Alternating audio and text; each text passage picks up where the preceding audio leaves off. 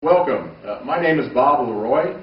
I'm one of the electrical code and safety compliance instructors here with NTT, and I've been asked to put together a series on what is a qualified worker.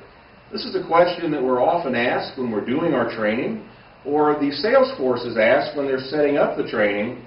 What does a qualified worker really look like? And how do I know I have them? And if I don't have them, where can I find them? Well, we need to ask ourselves as safety professionals, do we employ qualified workers?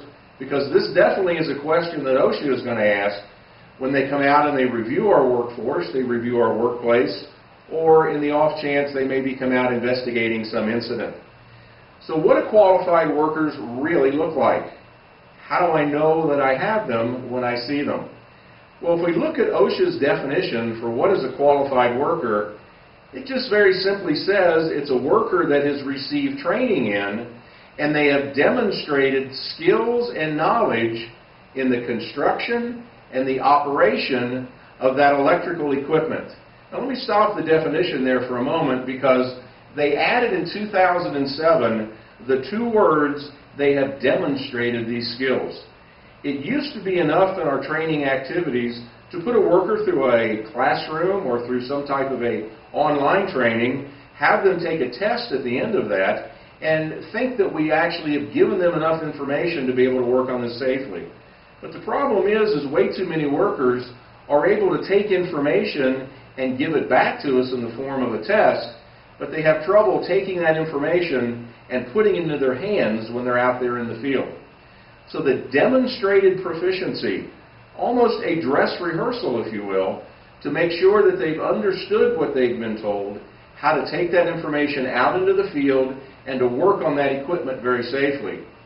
Now, when we look at hiring electrical workers to see if our electrical workers are competent, we're looking at their experience, perhaps their longevity, their resumes in the field, maybe even licensing that they've acquired through the years. That's all about electrical equipment. How to take that equipment from the supply house, if you would, put it into your facility and make it operate.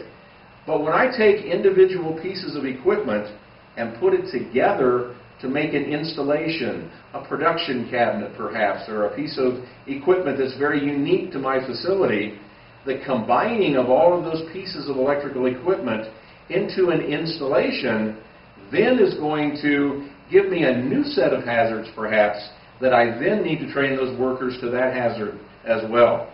They need a safety training on these hazards, and the 2008 National Electric Code has given us a very concise definition of what is a qualified person, somebody who's received skills and knowledge related to the construction and the operation of the electrical equipment and the installations, and has received safety training on how to recognize and how to avoid that hazard.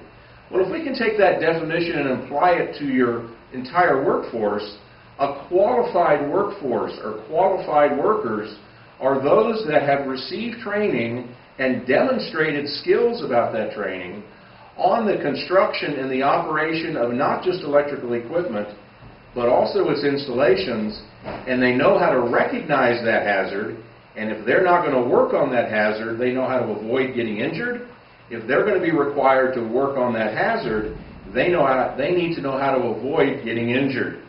So the recognizing the hazard and avoiding getting injured is a very key component to determine whether someone is qualified. Well, how do I know if the person is unqualified then? Well, very simply, it's somebody who is not qualified. An unqualified electrician may be somebody who doesn't know specifically the hazards of your equipment or your installation because he's not received specific training about that specific hazard. Maybe a non-electrician that's unqualified. Could be perhaps that mechanic that you're asking to maybe reset the overloads on those motor circuits, just simply to get things back up operational after he's done some type of adjustments on whatever that motor is pushing. Because it's not the job description that really determines their qualification or need for training, it's their exposure to a hazard. So this electrical worker needs to really be competent in at least 3 NFPA standards. Now, in NFPA's series of books, there's 70 series, is all about electrical installations. NFPA 70 is the National Electric Code. Now, your electrical worker may not be actually installing electrical systems, but he needs to be able to maintain that electrical system in the same safe installation that National Electric Code demanded when it was first installed. He's going to be accomplishing that doing maintenance tasks. That's a book that's entitled 70B. 70B is the recommended practices in the industry from the manufacturers on how often I need to do maintenance on certain components. And it's also my responsibility as an employer, as a manager, to make sure I'm trending this equipment so that I begin to build the need based upon the environment and kind of use on perhaps doing some of this maintenance more often or in some cases less often. But the entire time that I'm doing this maintenance, I'm going to be exposed to an energized electrical hazard. This then drives the need for that electrical worker to have good understanding about what are the safe work practices that are recommended both in the industry, mandated by OSHA, and how am I going to protect myself with the PPE that's available now that this information has become very clear to the industry.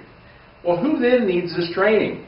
Well, anybody that's working on electrical circuits 50 volts or greater to ground when they're energized is exposed to what we're going to call a lethal hazard. OSHA defines this as 50 volts or greater, and obviously electricians and welders are continually exposed to this hazard. But those that supervise them, those that design the electrical systems, the installations, those that install them, those that maintain them, those that operate them, to the extent that they are going to be exposed to this hazard, they then need training that's going to give them the information on how to stay safe on the hazard they're going to be working with or around. It could even include people like painters, mechanics, laborers. If I'm exposing them to a hazard, they have a right to know about that hazard. I need to train them about their job description with that hazard, and then I need to give them the protection that's going to keep them safe working around or on that hazard. So it's the exposure that drives the need for this training to be qualified, not a worker's job description. If I'm going to expose a worker to a hazard, it's my responsibility as an employer to make sure that they have the tools and the protection to keep themselves safe around that hazard.